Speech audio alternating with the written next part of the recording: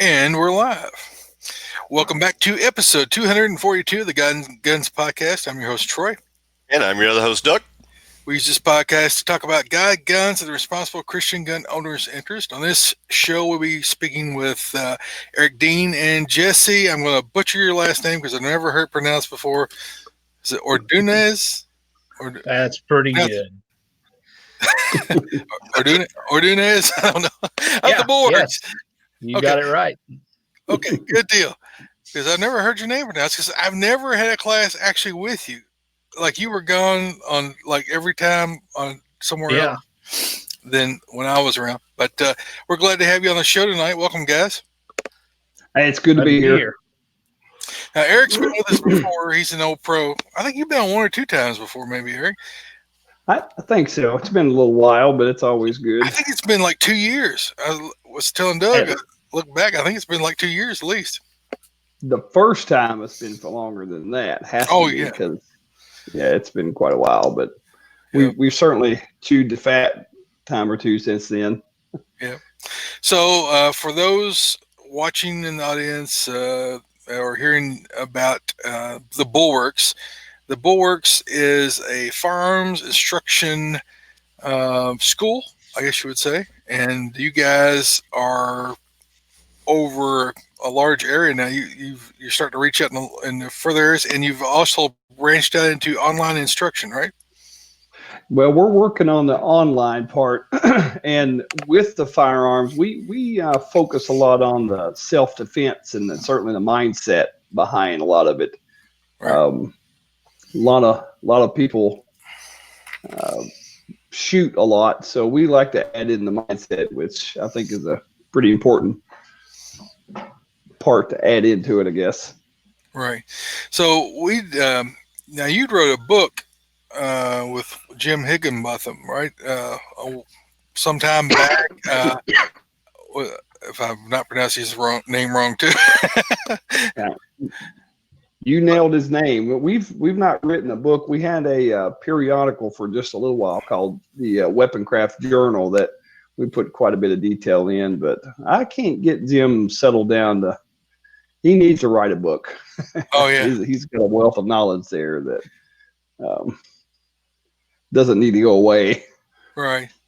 Yeah, I mean, so my history with Eric goes back to, gosh, the 90s, I guess. I took some classes with you guys, late 90s, early 2000s. No, I guess it was early 2000s because you were at AIM before it was AIM. What was it before it was AIM? Well, that's the name that is not to be mentioned. Oh, it's an unmentionable name. Sorry about that. No, you're fine. Cedar Ridge Shooting Academy. Okay. And I'd taken like defensive pistol 1 and 2, and then you taught me. I think maybe it was you and Jim both taught the concealed carry instructor's course. Uh-huh. And I took that, and then I'd taken something else, and then you started Bulwarks after that, and then after that's when I've taken more courses here recently. Yes. So tell us about the genesis of the Bulwarks. What your goals, ambitions, and dreams are, and we'll play off that. Well, I apologize for the light. My bulb went out that usually runs down here, so I'm not trying to. I have been told a lot that I have a face for radio. So we all say the same. We do. Yeah. I'm probably not the first one. So when I started Bulwarks, Jim kind of semi-retired, so that's when I started my part of it. And something that Jim taught me, and I'm trying to carry that on, is, and I like to work with the normal, everyday folks that don't get that. That kind of more of a community outreach to folks that may not see this, and work with those guys and gals. And it's just grown in 3 years. We brought Jesse on. What's that been? 2 years now, Jesse, and we've added a couple other folks that's been a great addition to that, and really brings that self-defense kind of a mindset behind it, and it's so far it's worked. Great. Doug, are you seeing everything over here on the backside? Yeah. We're coming through okay? Mm-hmm. Okay, because I'm not seeing anything on the YouTube side. I just want to make sure that we are live and everything's well. We are live. The screens are flipping like they're supposed to. It's good. I mean, you're seeing it on the YouTube side then? Yeah, I'm watching the YouTube side also. Okay, I'm not seeing anything. Sorry for the back channel stuff here. We're doing on live, but this Jitsi has been a little bit jinky, so we're still learning the ins and outs. So Jesse and Eric taught Doug this last weekend. So what was all that? How was that, Doug? Tell us about it. Man, it was awesome, and I apologize up front for my capabilities, but I had a blast anyway. You know, I'm a hard instructor. Everybody knows that anyway, because I like to have a good time, but so do these guys. So it was fun, man. I learned a lot of neat stuff. I didn't get scolded, but a couple times, and not scolded. I'm just playing with them. But yeah, everything. I mean, it was safe. You had really good hearing protection. What's that? I said you had really good hearing protection. I did. I knew I should have kept that megaphone with me. I had to, I don't hear real well anyway, so I had to have my mics turned up real loud on my headset so I could hear. Every once in a while, I have to turn around and look at Eric. I'm like, do what now? You want to shoot how many times? Because I'd have just started lighting it up. I didn't care. But let's see. It was hot. I can tell you that right now. It was. But Eric and Jesse kept us loading magazines frequently, which allowed us to get up to the water and Gatorade and the shade that we had out there for a little bit. But we had a good time. Steve Stone is actually on here with us. He's on the YouTube side watching with us right now. So he was in the class with us, and we had a good time. Good. I don't think we were too terribly bad. Oh goodness, no. You guys had obviously seen what a carbine was and had some background in it. So instead of laboring through some of the initial foundations, we were able to get into some little more interesting side of the foundations part. So that's always works good. Bill Donovan just asked me on the YouTube side. He said the big question: did you get a coin? And no, I did not. I think I missed by 6 getting a coin, but that's okay. Next time. But I did win, Bill, if you're watching. I did win this, which is a nice leather patch with the Bulwarks logo on it, and I won that for Last Man Standing. That's what it was. Yeah, and it was fun. I should have took Troy's advice, before I went to the class, and swapped my scope out for a red dot for the class, and zeroed that joker at 25 yards, 30 yards, whatever. But I figured I'm going to keep the rifle just like it is, and I'm going to shoot it and compensate, which I compensated fairly well for it. But I had to consistently remember when I came up, I had a holdover that I had to do to make sure I put my shots where I want them to be, especially when we were shooting around barricades and stuff. When I'd lean out, I'd have to add a little bit more just to make sure I didn't hit the barrel. And a little problem, it's not a problem, it's an issue worth noting, is when you're running a scope versus an optic, that magnification closes up your peripheral vision and what you can see, and it's harder to hold it. It appears to be moving more because your occlusion of the target smaller. So any movement that wouldn't show up so much in an optic really is enhanced with the scope. So I run this class. It was a little longer with an ACOG 4-power scope, and it's especially you're shooting up close, it shows that your presentation, getting a gun up to work, is already well set. Well, I thought I was going to be smart when we backed up to, I don't know what we were at, 25 yards, 30 yards, something like that. I can't remember the farthest distance we were back. when I moved back, I dialed my scope up. I said, well, that'll give me an advantage. I'll be able to see the target where you got to hit. And when I raised up on it to start to shoot, man, my sight was doing this the whole time. I was like, oh, I got to go back down. I can't take that now. That's too close. Yeah. Did that give you another? Did that give you another look if you were to have to, use that rifle at home, say down a hallway or something like that? When it was dialed up? Well, talking about the offset a little bit ago and stuff like that. Looking at some of those closer targets that you may have, say if you were in a home. Yeah. Well, it's a principles of use. I mean, the rifle he's got set up, he's shooting hogs with most of the time, and really he's going to need to tailor him a gun for home defense that should be using a red dot, maybe as opposed to the scoped optic for the class. I was trying to hint that way to him, but he likes the way he's got set up. So, well, I got it. I got the hint, and after shooting it, I should have done that, but that just makes me want to build another. That's right. Another AR and put a red dot on it and set it up for home stuff. My wife can't understand why I go in rooms now and check corners and back into the other corner and clear it before I go to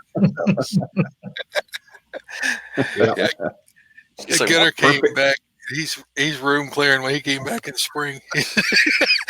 He goes around these airsoft gun through the house at night before he goes to bed.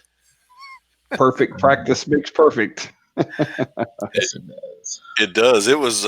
I tell you what, it was good training. I learned some cool stuff in it, and like I said, that was the first time I ran the Axelson Tactical the entire class. I'd never put it through that kind of a class with that much shooting. I mean, I've shot it a bunch, but a lot of times it's sitting on a bench, and I'm getting it zeroed in, shooting it, and just having fun with it. I never put it through that kind of pace before, but hey, it did well. I had 0 failures and no misfeeds, nothing. I mean, it did its job.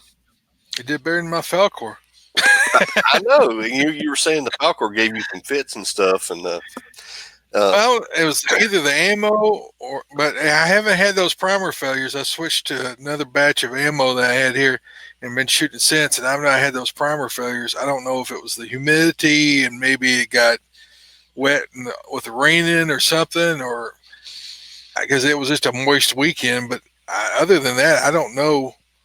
But I know I was really disappointed in some of the things with it, but I was happy with the trigger on it. I was happy with the accuracy of the barrel. It made me look a lot better than what I was. But, what was it? Jeff Cooper used to say that his goal was to be able to shoot up to the potential of his rifle. Right. My rifle. I've not made it yet either. Yeah, the rifle's the only thing that saved me that day.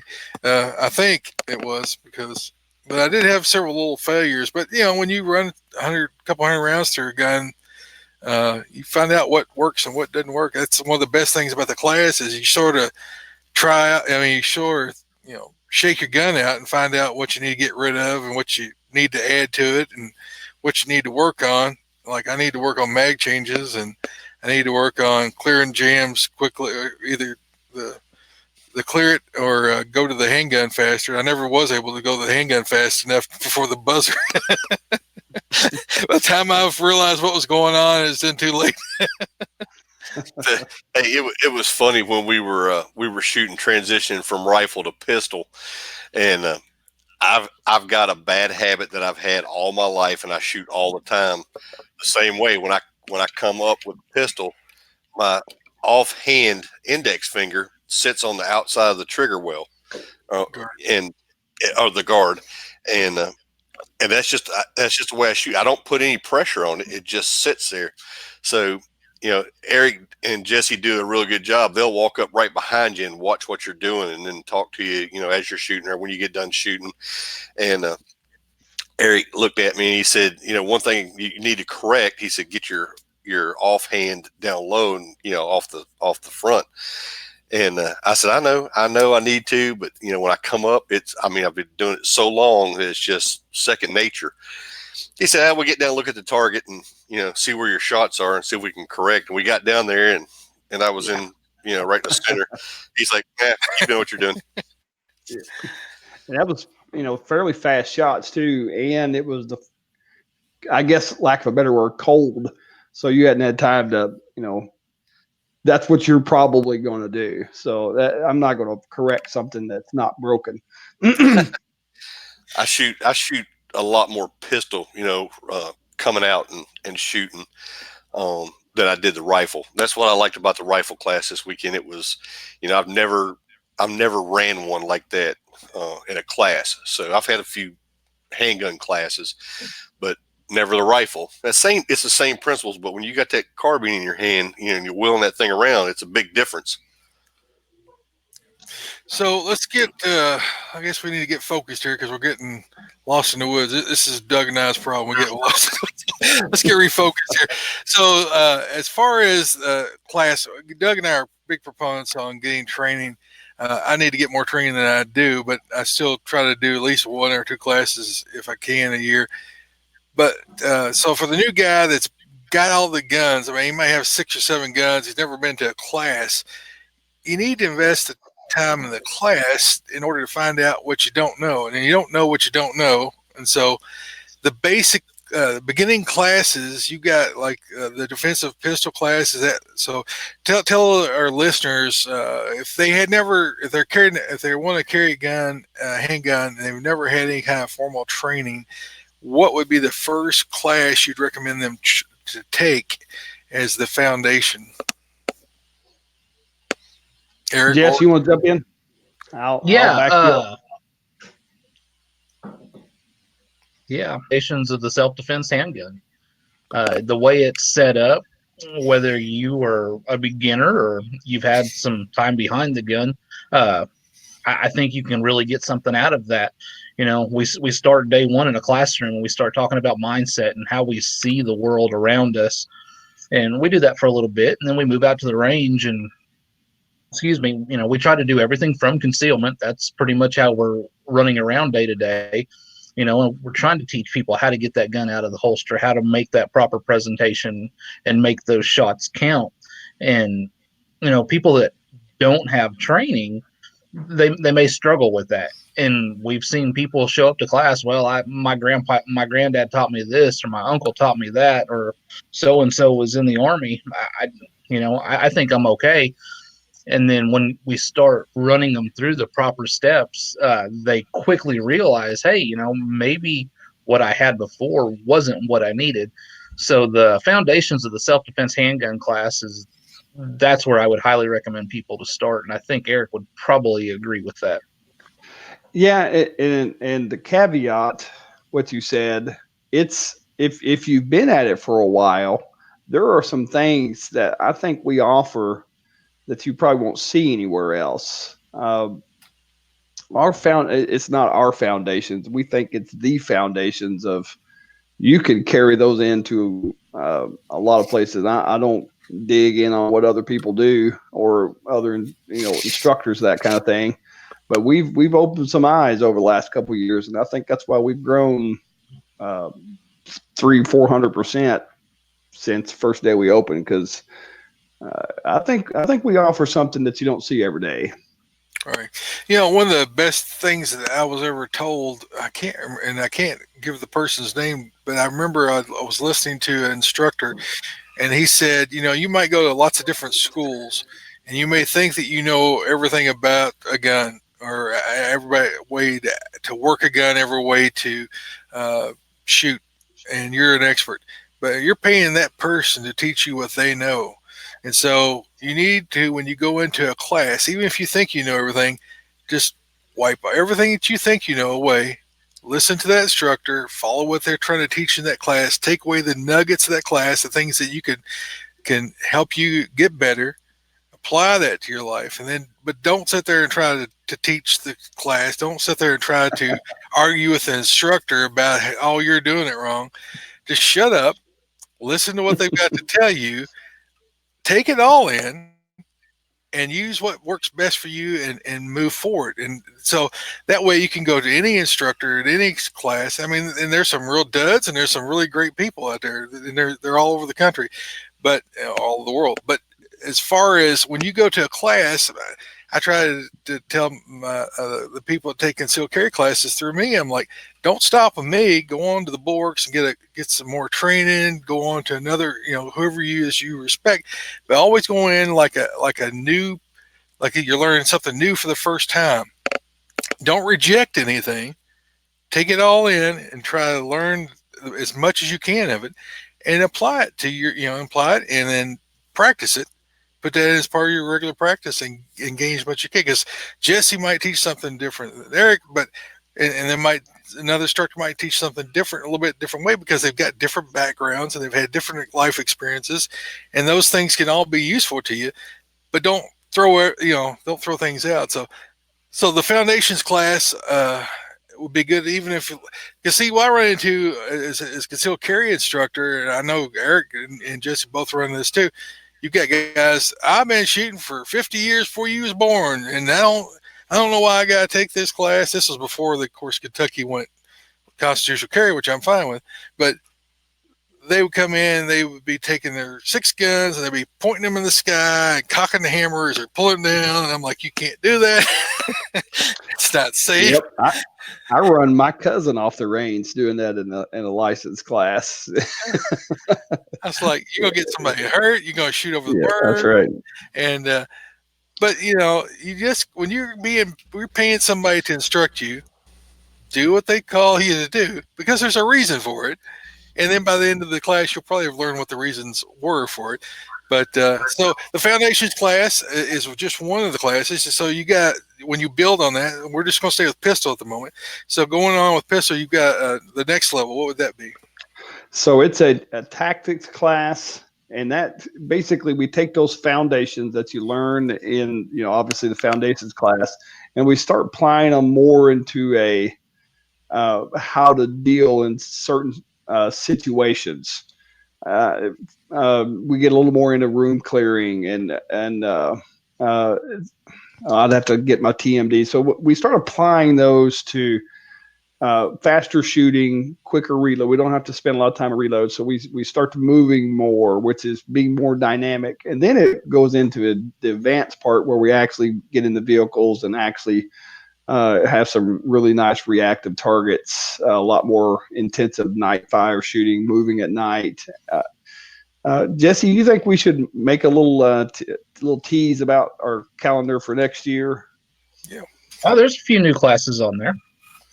Yeah. So we're going to change it up a little bit. This should be coming out prior to BAM, which is our Bulwarks alumni meet next month, and it's going to be a little more interesting next year, that we can apply some of these things into the general stuff. And there's a teaser, right? The general stuff, and then how it moves into different segments of that, and more concentrating on some of the foundations part of it. Very general. Yeah. And I think if Doug comes down to the class in Georgia, he'll get to see the rollout of that class, won't he? I do believe so. Yes. Talked about that. That's right. Oh, he's going to be there. It's our laboratory for it. I'm going to be a lab rat. Yep, exactly. Hey, I'm good with that. I'm good with it. Hey, so I have some people that have asked me, because I've been already talking about the class down in Andersonville, between Americas and Andersonville, somewhere in that area. I don't know exactly. Right. I looked at exactly where it's at, but I know it ain't far from either one of them. So if somebody new is coming in and wants to take a class that has never taken a class like this before, what do they need to bring? Well, bring, if they're not sure how they're going to carry. Now, Jesse and I both bring a trunk full of extra gear to, if they want to try this newfangled widget to go with it, and they found out pretty quickly that they wasted their money on it. They should have talked to us first. Mm-hmm. So we could work through a lot of those problems. We bring a good instructor-student ratio. So if we have 2 or 3 folks that are at this level versus some other folks at this level, we can continue to make sure everybody's getting the most out of the class. So we're going to take the time. If you can't get it out of the holster, once we work through those foundations, we'll put somebody on there and concentrate on that till we get it worked out. Yeah. So they need to have a good holster. A good Yep. holster and a good belt and a good mag pouch. And we With can work, how many mags? work from that. You know, the more mags, the better. There's times that we may go through 3 magazines on the line, but then again, we're not topping those magazines off all the time. But being able to have 2 on your side and 1 in your gun is preferred. Yep. But the more, the better. Okay. Yeah, I'm just. Yeah, you won't need a IPSC. I'm getting ready to engage 57 targets, and I need to have 8 magazines on me. Bring what you carry, and our matrix that we run through are usually set up to where you're not having to. We're not going to be waiting on folks to load magazines on the line. It's set up to. Next relay will get up, they'll get their work done, they'll switch out and they'll do it, and it stays moving pretty good. And as we're bouncing back lines, you have time to do some of that. We may have you shove some loose ammo in one of your pockets to load magazines, and that's fine. But we usually have it set up. We'll work a lot of the little things out prior to arrival.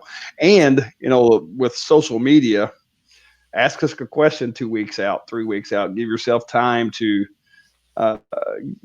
If you need to order something or return something or whatever, you got time to work a lot of that stuff out too. So that's a good part of it.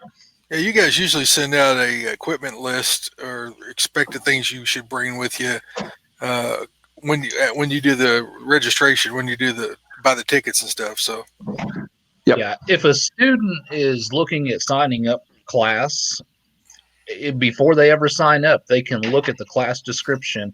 And at the bottom of the class description, it'll have what is required for the class. So they can get a good idea before they ever register for the class what they're going to need. That's cool. 2 is 1 and 1 is none, right? That's right. Everything breaks.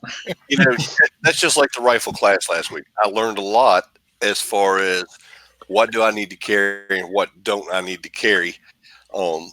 Because I was wearing a chest rig I had 8 AR mags in it, and I had four Glock mags in there, and that's too much. After seeing the belt Eric was wearing and Jesse set up, with the having an extra AR mag on you on your belt, and then your holster over there. But I was carrying my holster now. I carried my crossbreed, and I was trying to keep it as close to what I would be doing everyday carry. If I had this on me, what would I be? And I would be carrying it in my super tuck, and that's what I shot the class with, and it worked pretty well. The only thing was the chest rig strap would get around the outside of the gun every once in a while. I'd just have to keep taking and tucking it, on the inside behind the leather and get it, just make sure it was out of the way. But it didn't cost me any time or nothing, but it was just something I had to pay attention to. Yeah, just tape all those extra straps that are hanging out. Just tape them up, tape them out of the way, because they will inevitably cause you trouble when you don't want them to, and ill afford to. Like where I noticed in wearing a jacket and not wearing a jacket, the difference in the sling, how much more adjustability I needed on it. So maybe have a winter sling and a summer sling just for the difference, because I trimmed all the excess strap off to make, so I didn't have anything overhanging, and taped everything else up after the class, because I kept having that problem too with the strap hanging out. So you've got some new classes coming up next year, and you're teasing Doug about the one coming up in Georgia. So that's going to be like the rollout, you said?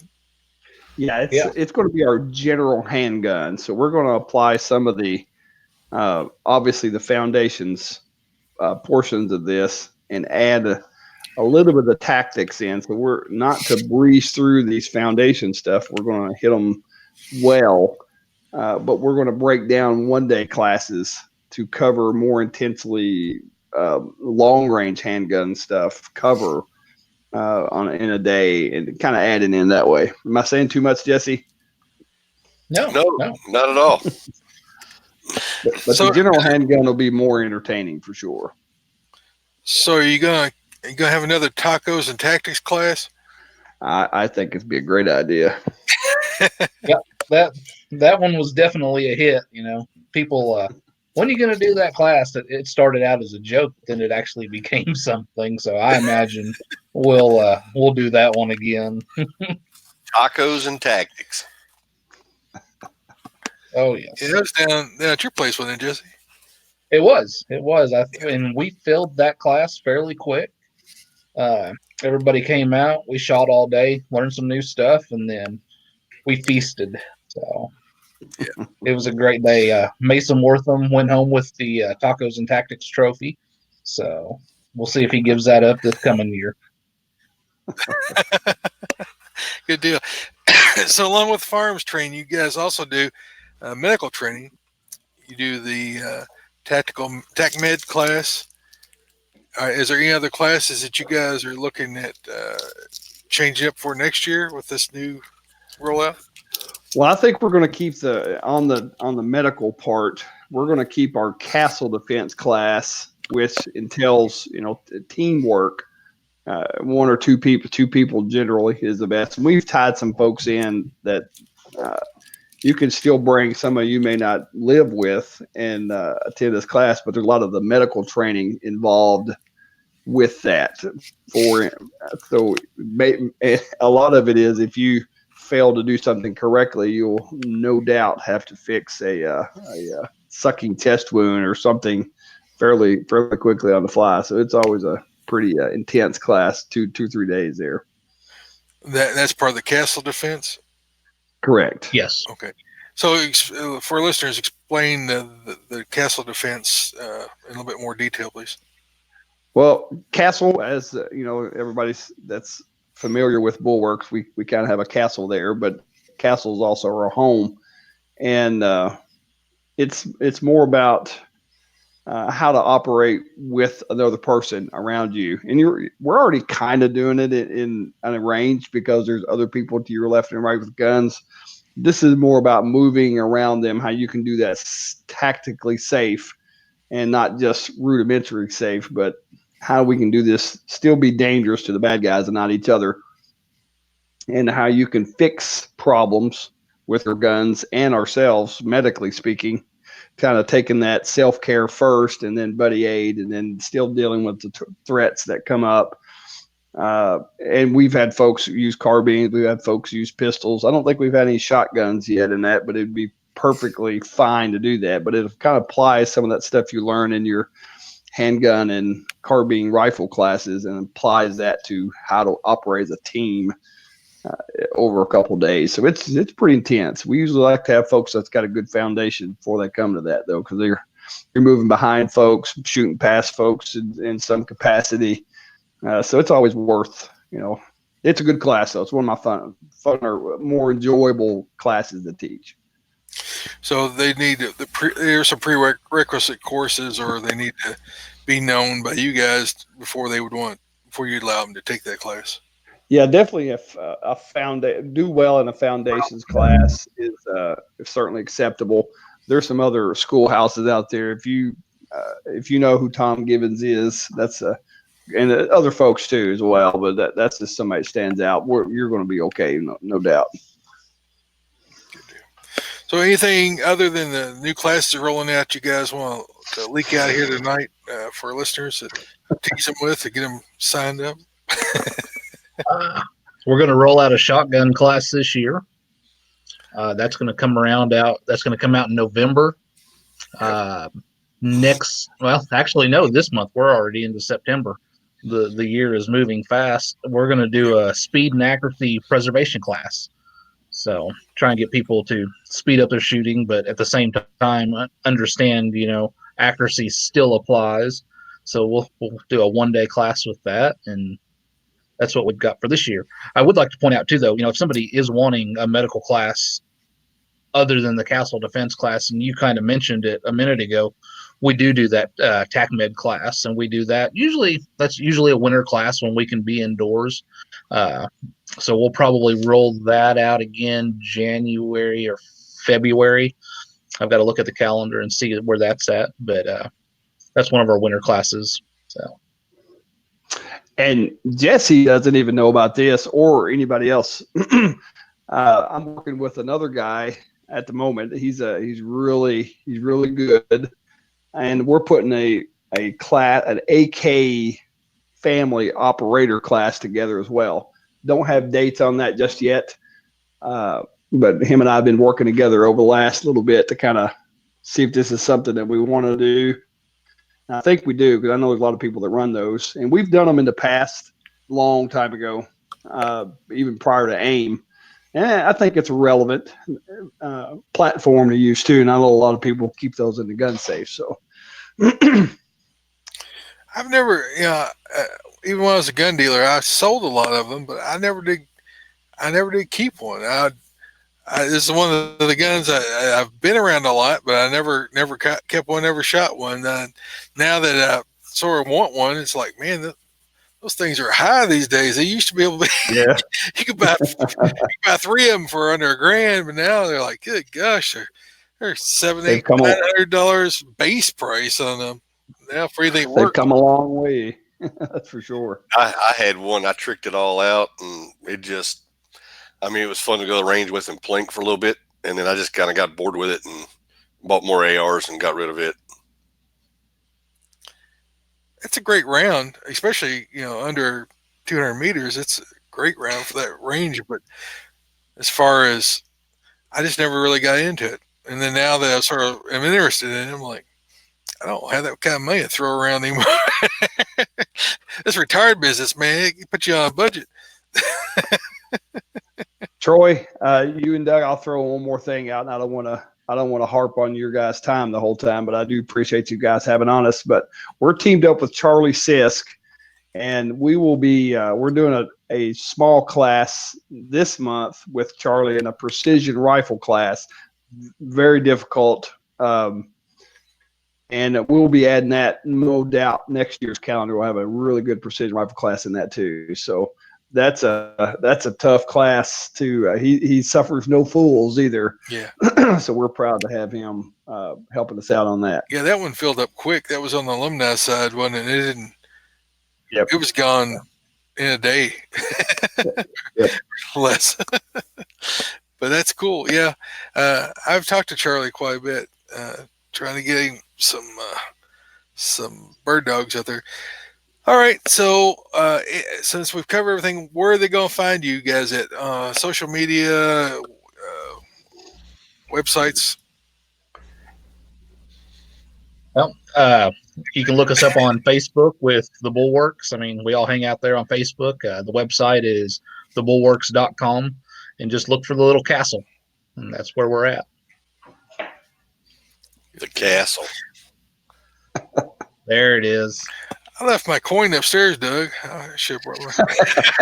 Oh, I know. Oh, I'm going to get one. It's up there on the wall. That was one of the first things I asked Eric after the class was over the other day. I said, is there a chance to get a coin at the pistol class? He goes, oh, yeah. I was like, all right, I'm in. Yeah, I don't have a pistol coin. That's something I would struggle with, I think. I haven't. I don't think the coins were out when I took pistol classes. I'm trying to think. No. Hey, I didn't get a coin in the class I was in, and I'm good with that. But one of our God and Guns listeners took a coin away from it. So yes. Jay, he picked it up. He shot really well, and he made it. So he got a coin. So we were representing anyway. Yeah. And weren't 3 of your listeners in the class last week? They were. Yeah. All right. We just want to say thank you. If you guys are listening, thanks again for coming out. We appreciate it. Yeah, Steve's on there. Yeah, there's one. Yeah, there it is. There Yeah. I'm gonna give me one. Is there a coin for the shotgun class? I just got to know. I have a personal skills assessment for that as well. Oh, good deal. Hey, so I did have a question about that on the shotgun side. What are you shooting? Buckshot or what is it? It's in the sign up. It's broken out how many shells you're supposed to bring each. Oh, is it of each? Yeah, we won't make you shoot buckshot for 2 days, or that. We'll run birdshot most of the day, and then we'll slowly add in some of the buckshot. Slowly add in some of the slugs, and then at the end of the day, when you guys test out, it'll be buckshot and slugs. Troy and I were talking about it the other day, and he said, we need to take that shotgun class. I said, I don't have a tactical shotgun. All I got is shotguns for shooting ducks with, and I don't think I want to be shooting a slug down it for sure. More of a joke tube out of it. Oh, you can trade some of your guns for a Mossberg 5.9. You got enough extra guns laying around back there. Yeah. I walked into Meridian Ordnance last year, and just my gaze was grabbed to the wall. And he had a Kentucky State Police trade-in Remington 870 just sitting up there lonely. And I was, the fact nobody had snagged that dude, it went home with me that day. So they're around, and they're usually inexpensive too. And they're always nice to have one of those in the truck. Just good equalizer. Street howitzers are a good thing. Yeah. Yes, they are. That's a fire. Plus, they take out rabid dogs and people. All right. Well, we appreciate you guys being on. I know it's a late night for Eric, and we appreciate Jesse coming on. And I've always enjoyed classes with Eric. I assume I will with Jesse one day. I guess there's a shotgun class coming up. I'm signed up for, so you gonna be at I'll be there. All right, we'll have a good time. Hey, before you go though, you go ahead and tell our listeners what they get on this pistol class in Georgia, because we got a promo. Oh, yes. All capital letters, Gods and Guns. That'll get you 15% off if you guys want to come down to the Georgia class. We'd love to have you. So the promotion code on that is Gods and Guns, and it's all capital letters. So, and that'll get you 15% Gods or God and Guns. Guns. God and Guns. Yeah. No S in there. Yeah.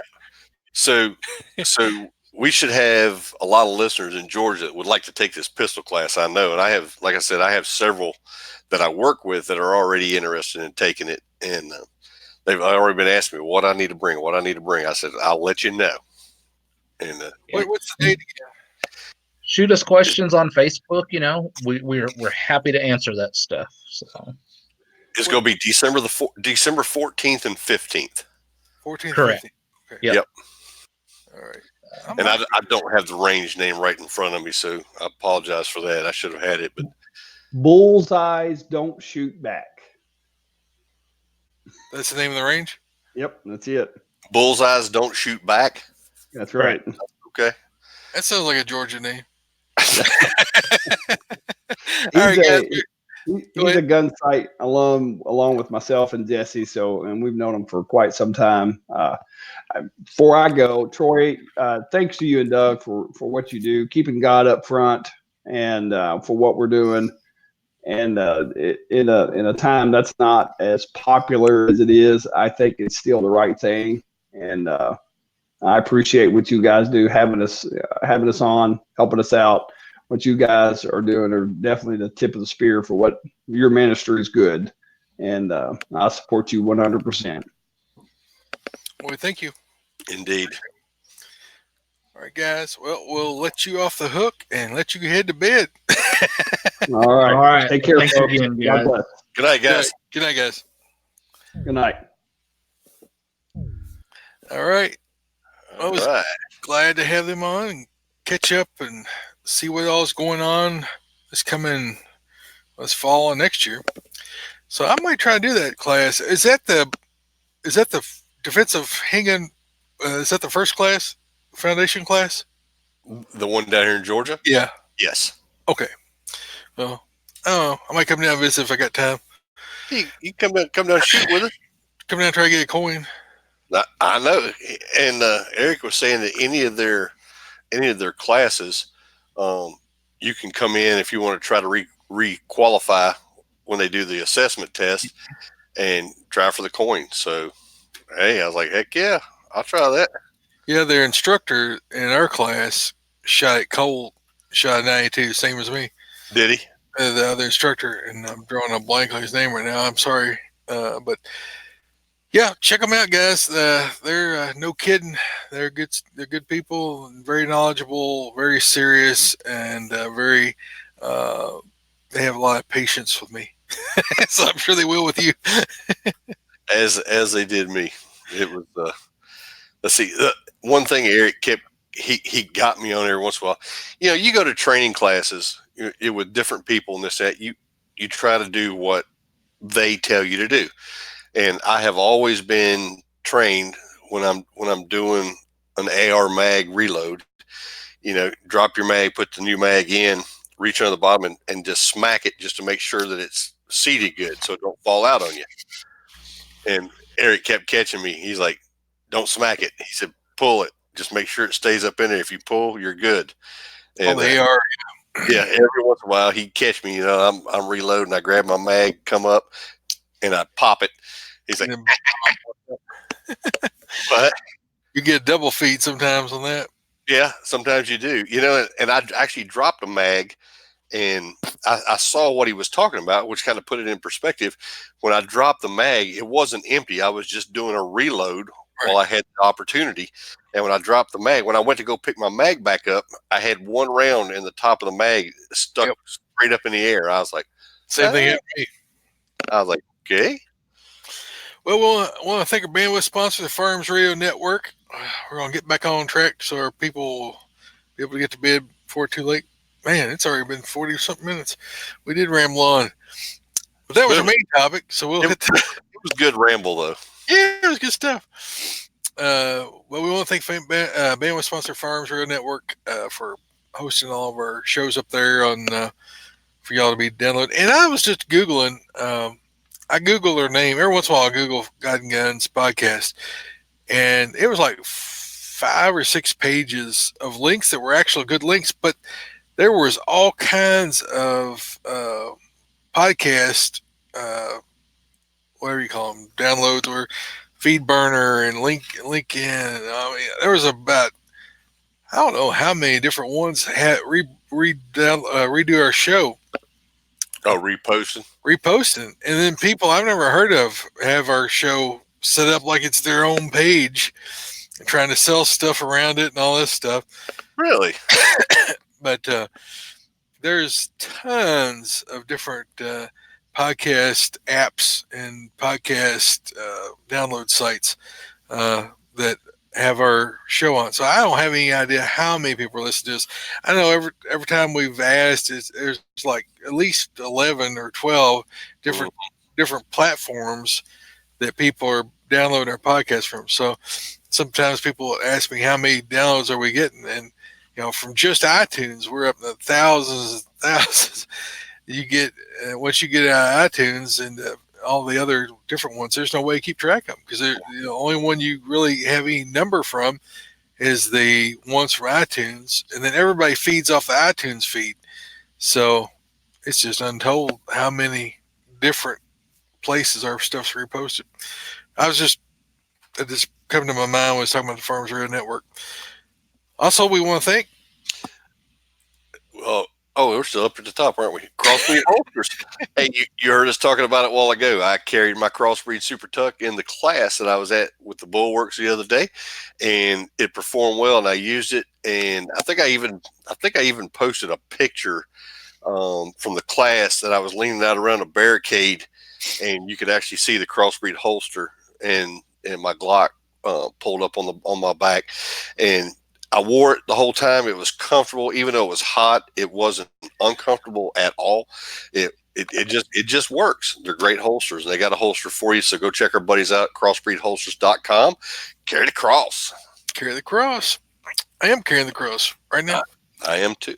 All right, Doug, what was your God and Gun activities this week? The God side, of course, did my Sportsman's Daily devotional.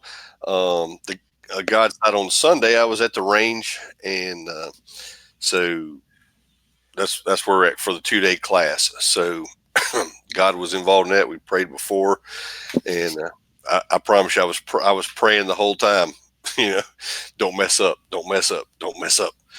and we had a good time. The gun side, of course, everyday carry up the range. Also want to thank Chris up there that owns Red Hill Range. It's a great place to go. And I did not realize until I was talking to Chris on day 2 um, that is not a membership range up there. They don't have memberships. If you want to go shoot up there, all you got to do is get a hold of them, and you can go up there and shoot. And it's not a membership fee. And if you want to rent the range out, you're having an event, you want to do something, Chris is more than happy to help you out with that and rent the range to you. So it's a good place to shoot. Actually, one of my buddies came up. He was supposed to be in the class with us, and he had to go over to Alabama to work on a server. He's an IT guy like me, and he had to go work on a server and was not able to go. But he came up on Sunday and got to meet Eric and Jesse, and he got to meet Chris. And he was asking me today, he just bought a Ruger Precision 338 Lapua. Woo. And it's got a big old Leopold scope on it, and he's wanting to get into some longer range shooting, and he wanted to know could he shoot it up there. I'm like, yeah, man, they were shooting a lot bigger than that when we was up there for Eric and them's event. So I told him to hook him up. So hopefully he will. Let's see. We already talked about the shooting up there with the Bulwarks guys. Son-in-law came over last night. I told you last week, I think I tried to help him sight a crossbow in, and the scope on it was messed up. I could adjust up and down, but I could not go left or right. It just would not work. So he got a new red dot in that I told him to pick up, and he put that red dot on there, and we sighted it in last night. And even my daughter came outside and was shooting with it, and she was hitting the bullseye with it. So cool. No excuses now. No excuses. No excuse for missing, huh? No, none. That's cool. So what'd you do? What you been up to? Church security. We're running low on church security guys. I had actual one of the guys that goes to our church is in the police academy, and he came up and said that he would come help us in church security. So that was answered to prayer. But it was a short Sunday, of course, the Labor Day weekend. We didn't have any small groups meet. I think everybody was doing whatever as soon as church was over with. Pretty light Sunday. Didn't do a whole lot of other church stuff. Been running my parents to the doctors a lot these days. They've met their deductibles for the year, so they're going and hitting all the doctors. Loading up. Load up. They've met all their deductibles. I think she said the deductibles this year were $16,000 before insurance started paying, and so they told her that one of them had met the deductibles, and so she was going to get all the stuff that they've been putting off getting done. So, man, Louisville, week before last, 3 days, and then this week, just 1 day so far this week. And I think I got to take them back 2 days next week. But just doing a lot of family things, taking care of parents, and working on the farm, working on the Kubota. I thought I got the hose, but I got up there and they ordered the top hose instead of the bottom hose. So it won't be until tomorrow or Monday. So working on that. Got to replace the fuel filter on the John Deere. I need to bush hog the bottom and then let the cows down there to eat. The steers are doing good. Good and healthy. Don't seem to have any problems. So they're about to drop their boy parts, and that'll be that. So keep an eye on, make sure they don't get infections, hot and dry as it is. Make sure that they don't get flies on them. I've been trying to spray them now for flies. The way that. Go ahead. You banned them? Yeah, we banned them. So it's been 2 weeks. So they should drop this coming week sometime. Usually, 3 to 4 weeks? About long. And but they were still practicing this last week. Christian said, "What are they doing?" I said, "They don't know they ain't boys no more." So I did that. Let's see what else. On the gun side, I have cleaned the Falcor again because I shot some. So I got it here handy. Loaded up, ready to go. So she's all clean and old. Been working on what else? The shotgun. I got the tube put in, the extension tube put in. So it has 8 rounds now. And I have not found a saddle for it that I like yet. So that's on the gun side. What else? I went over and cleaned my Dillon, a 550. I was walking by and I had a cover over it. And I noticed it looked like it had a little bit of rust spot on it.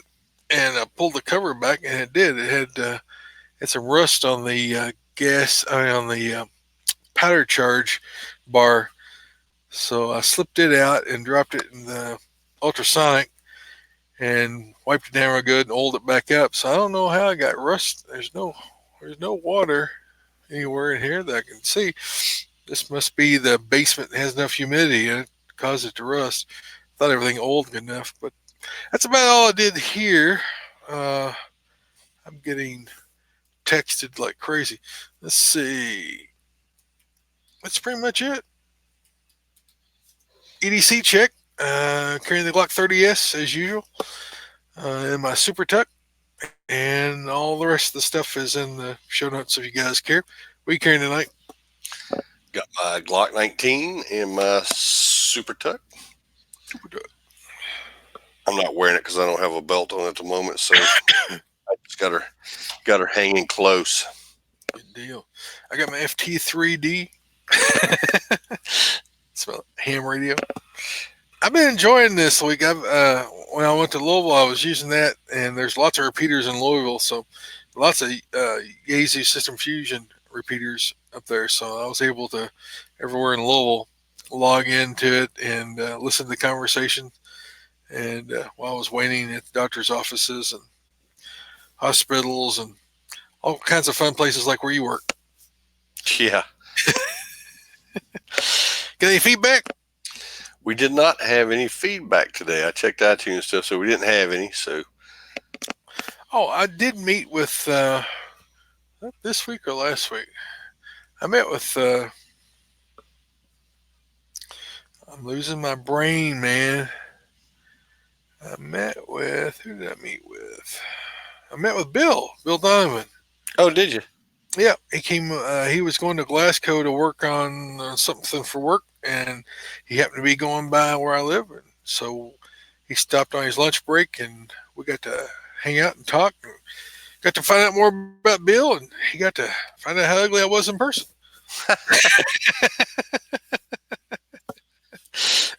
But it was great being able to meet up with Bill. He lives over south of Lexington, down that way. So that was good.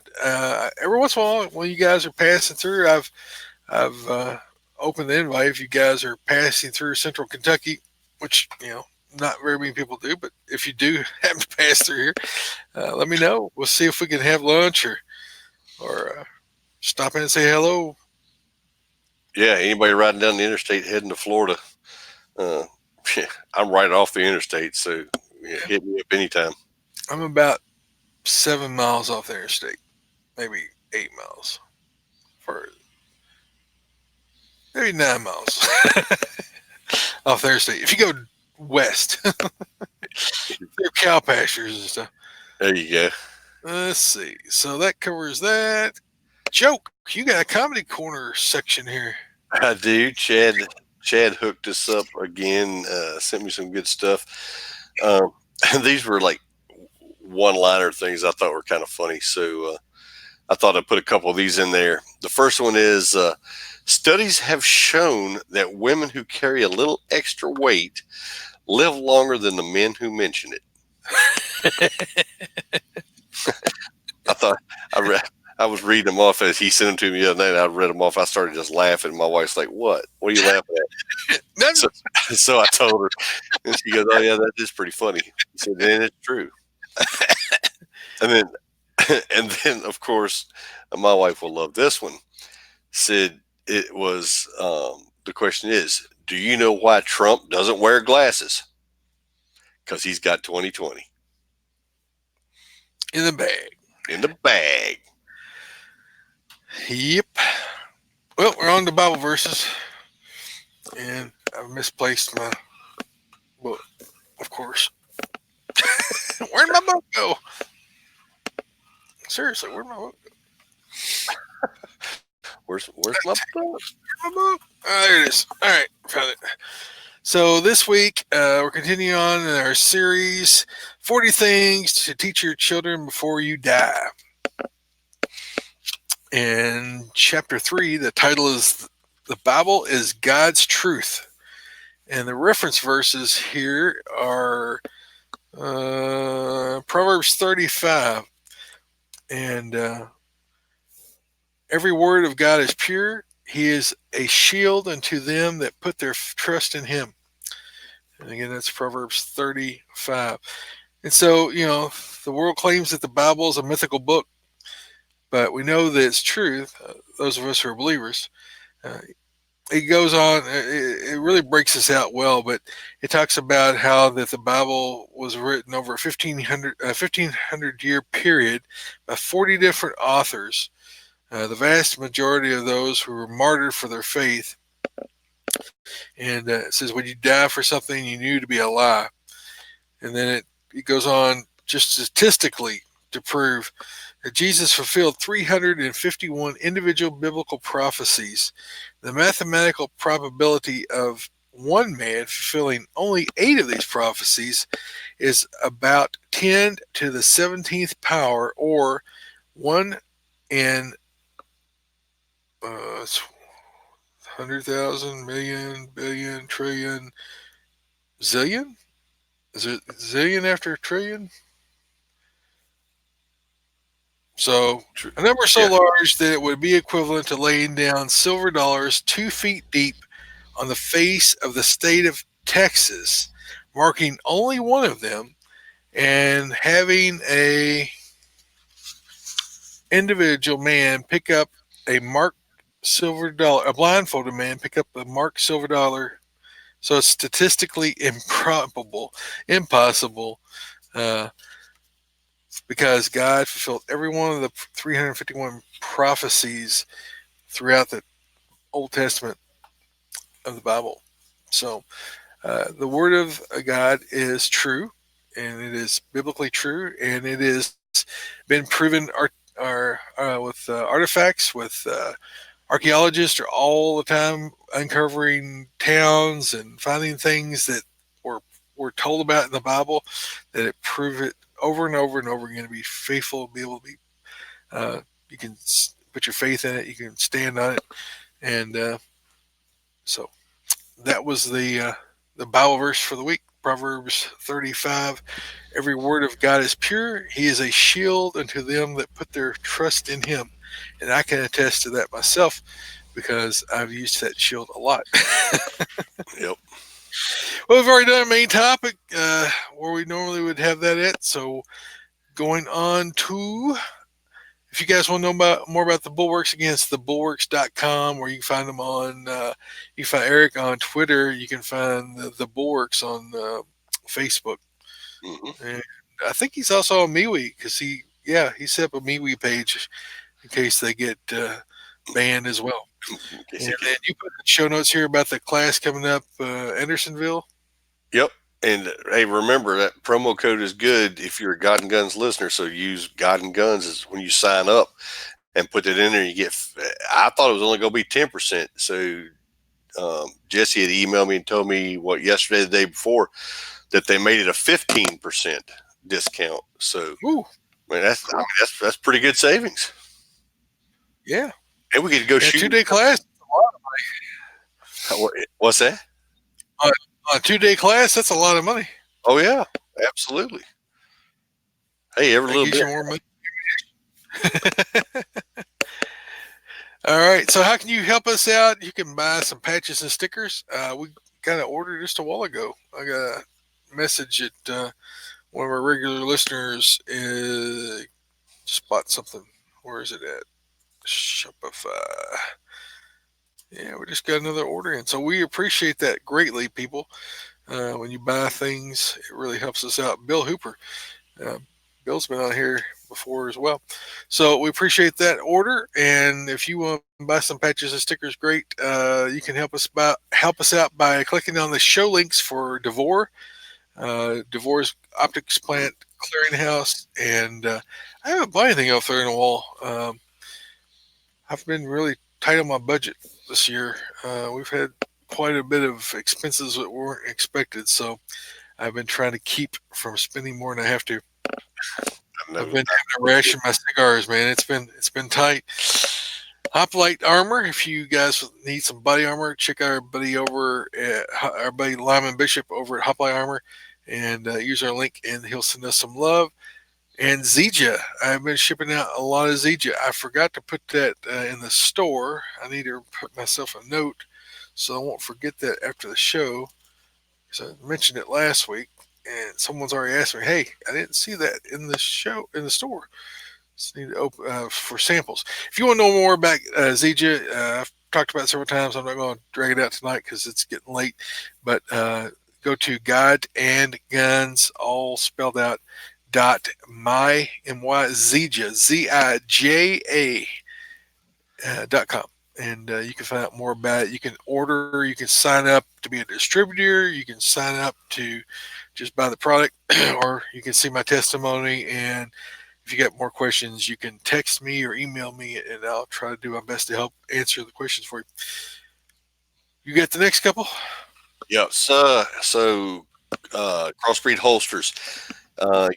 You've heard Troy and I talk about it umpteen times on this show, a lot more than that actually. But we both carrying a Super Tuck Deluxe, which I love and he loves. Only difference in the one I carry with usually and his is made for a light. Mine is not. But other than that, they're just as comfortable. I have actually a couple different ones. I have a drop slide that actually I was going to wear my drop slide. I remember you saying that. I was gonna wear it, and I actually put it on in a hotel, and I have, thanks to the Zija, I've lost enough weight that I was down to the last notch in my belt, and that's where I've been wearing it. Yeah. And I wear it inside the waistband, so it's fine, But when I put the drop slide on, it goes on the belt on the outside. I couldn't keep my pants up, so I had to go back. So I was like, well, that's a good and bad thing to have. So I actually have two crossbreed belts. I have a smaller one that was for that, and I didn't take it with me because I thought I was going to be carrying I was anticipating the Super Tuck inside the waistband because that's what I wore up there, and we go out and eat and that kind of stuff. But for the class, I wanted to use the drop slide, and I couldn't because I didn't have the other belt. But I won't make that mistake next time. The funny thing is, I've got to drill two new holes in both of my belts because I've lost more weight. I got back serious on Zija, and Krista's on this weird diet right now, so she's not cooking anything that tastes good. I'm dropping some more weight. She's on twig berries and nuts and stuff. I don't know. It's twigs, berries, sticks, and grass. It's pretty light stuff, man.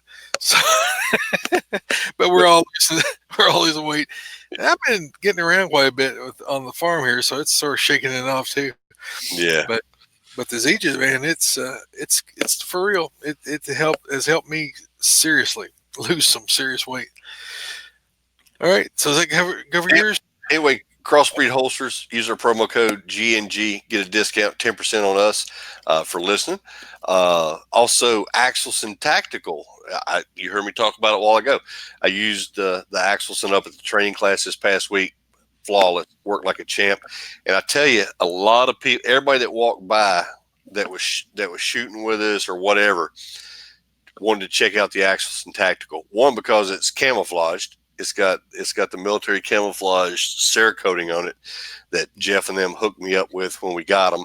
So that starts out as a as a talking piece already, Yeah. and then they wanted to hold it and check it out. And as soon as they picked it up, they're like, "Man, that thing is light." I'm like, "Yes, it is." So a lot of people are looking at it. So hopefully that'll get them some business. I offered Jesse wanted to shoot it, and we were packing up the last afternoon, and I hadn't put it away yet. And I'm like, "Hey, man," I said, "You want to go a few rounds with this bad boy? You're more than welcome." And he's like, "Man," he said, "everybody was hot." He's like, "I'm trying to get the car loaded. We're trying to get out." He said, "I'll shoot it next time." We're together somewhere. I'm like, "Okay, no problem." But just a precision rifle that just works. It like I said, it was flawless. It worked great. Go check our buddies out, axelsonusa.com. And if you find something there you like, which you will, use our promo code God and Guns, get a 10% discount on us also. If you follow their newsletter, they're actually giving away it's one of their custom 300 Win Mags. Did you see that one, Troy? I had not seen that one. So they're doing a raffle. I want to say the ticket was like $35 for a chance to win one of those custom rifles, and it's probably $3,000 or $4,000 rifle. But they're going to give it away, and it's benefiting. Don't let me lie to you. I want to say a Girl Scout. It's a girls organization that they're sponsoring to help it out with. That's what 100% of the proceeds are going to go to that. So it's a good thing. I'll try to put it on our Facebook page, and that way people can see it. But it looks like a good deal and a nice rifle. So go check them out, axelsonusa.com. Good deal. Interiors Alliance. We are Interiors Alliance life member, and a lot of great companies over there. One of the progenitors, the founders, Casey Betzold, he, and of course, our good buddy, late Ron Bellin, and a few other guys started that. This has been 3 years ago now or something. Casey's taken a full-time position somewhere else, so he's not running the day-to-day operations. But his birthday's today, so happy birthday, Casey! Happy birthday! But if you want to support veterans and veteran causes and veteran-owned companies and patriot-owned companies and great Americans, check out interioursalliance.com. There's also a link in here for the Russ Bianchi's Things to Eat, Not to Eat, Things to Avoid, Things you Eat All You Want of list. It's just like 3 pages. Just it will help you with your weight loss. I'm getting choked on something. NRA Armed Citizen, Doug, what you got? So NRA Armed Citizen this week comes to us from Ohio. Man making threats at McDonald's drops knife after customer pulls gun, Ohio cops say. Circles by Dawson White, and it was from September the 2nd. A customer with a gun stopped a man with a knife at an Ohio McDonald's over the weekend, police say. A 22-year-old man made threats inside the area McDonald's on Saturday with a knife in hand. I'm going to butcher this already, I know. Coshocton? We're going to go with that. Coshocton County Sheriff's Office wrote on a Facebook post, when the customer eating inside the restaurant noticed the man had a knife, he confronted him, ultimately drawing his gun. He had on his person, police say, the customer had a concealed carry permit. I like the way they always put that. He had a concealed carry permit. Like, that makes it better somehow. It's Coshocton, isn't it? Coshocton. Coshocton. Maybe. Could be. I don't know. That's a Kentucky education kicking back in again. Hey, I don't know if you've seen all the controversy. Walmart's not selling bullets anymore. No pistol ammo, no AR, which I don't buy ammo and stuff from Walmart. No way. Once in a while, I'll buy shotgun shells if I'm going to a dove shoot and I need some extra shells. I'll pick up some. But Kroger came out. The K Roger came out with a thing also saying that the K Roger, that they didn't want anybody carrying open carry in the store. And I've read a lot of stuff on it the last couple of days. Pros, cons, both ways, what they feel. Kroger never said you can't carry in their store. That's not what they said. They just didn't want you carrying open. Me personally, it doesn't bother me. I never carry open carry anyway. I've always got to mine's concealed. And like I always said, if somebody's going to rob something, I'd rather them be surprised when I pull it than for them to see it up front and shoot me because I'm carrying something and I didn't see them first. Or like here in Lexington, they called the police on a guy that was carrying in the store open carry, and they had like 5 police officers. He got banned for life from Walmart. Banned from the Woolworths. Stay out of the Woolworth. I don't know if you saw it right after the Texas shooting. That idiot kid, he was a younger kid, goes in Walmart with a chest, or he had his plate carrier on and carrying an AR in the store. And he wanted to see if Walmart was going to observe his Second Amendment right. Well, you know what? That's just stupid. I don't care who you are. Just because you got the right to do something doesn't mean you need to exercise it all the time, because the mindset of people already against guns, and that don't help most of the time. Not usually, no. Especially after a shooting like that. No. It's ridiculous. I'm commenting over here on the chat. I don't know. It's just kind of weird. But anyway, hey, I was going to do something. I'm all for you doing something. Our buddy Steve has already dropped off. I think he's already went to bed, so he's not going to see this until probably tomorrow or whenever he listens to the show next time. But he was messing with me the whole weekend, past weekend, about wanting one of these. Yeah. And Steve, this one is yours. If you will text me your mailing address, I will put it in the mail and send it to you. I was going to give it to him at the shoot the other day, and we were loading up, and one of my buddies, my buddy Andy, showed up. So I was talking to him, and I met his wife for the first time. I hadn't got to meet her before. So a lot of stuff going on, talking to Eric and Jesse, and I just simply forgot to give it to him. I was going to give it to him at the shoot and let him take it home with him. But there you go, Steve. You're the proud owner. You got one. Good deal. And he's not even. See, this of all nights, he should have stayed up tonight and stayed on and watched with us. Stays up, man. We must have bored him to death. I was texting him on his way home. I said, "How'd you do? Oh, it was fun." Dude, he was a trooper, man. He wore the plate carrier the whole 2 days with the plates in it. Dude's a Rambo, man. He was, man. I know we were getting hot, and just in that chest rig I had on.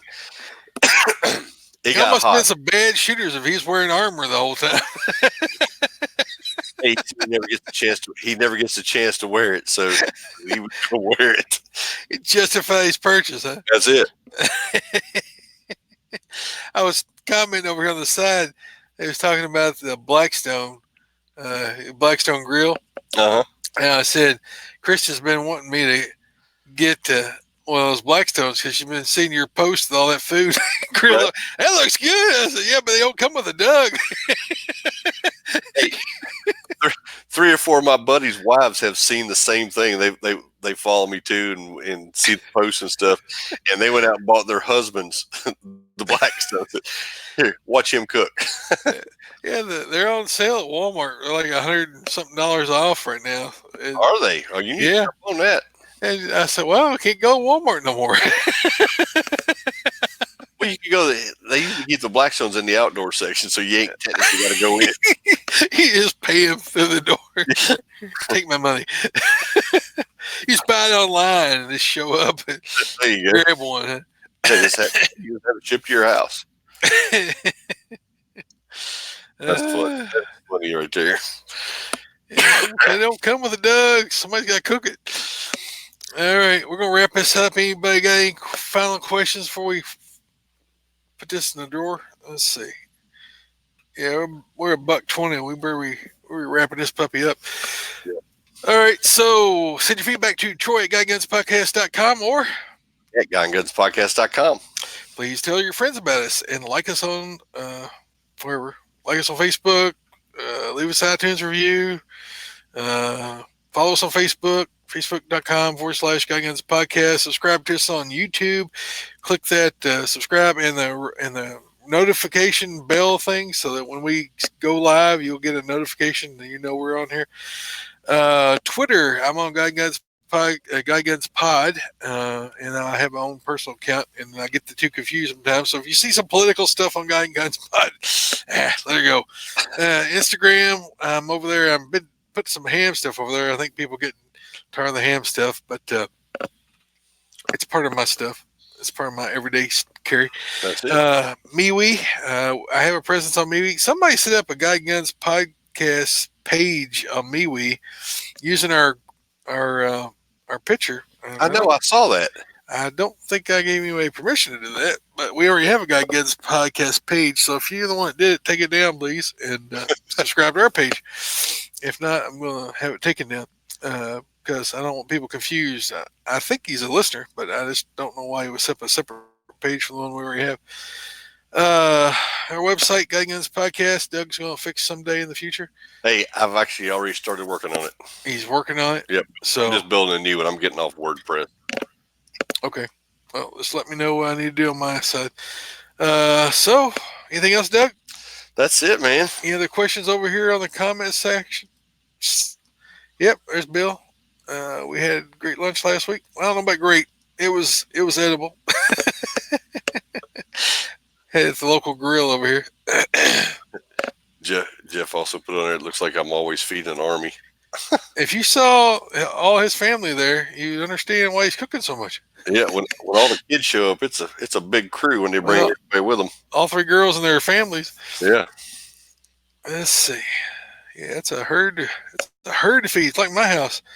Yeah, we can eat a half a beef in a couple of days. I think I need to maybe have some more steers, as much meat as we go through. Them teenagers, man, they grow. Yeah, they do. They eat a lot. All right, so until next time, Doug, have a blessed week. And keep your guns close, but keep your Bibles closer. Good night, y'all. Good night, everybody over there. I'm shutting her down.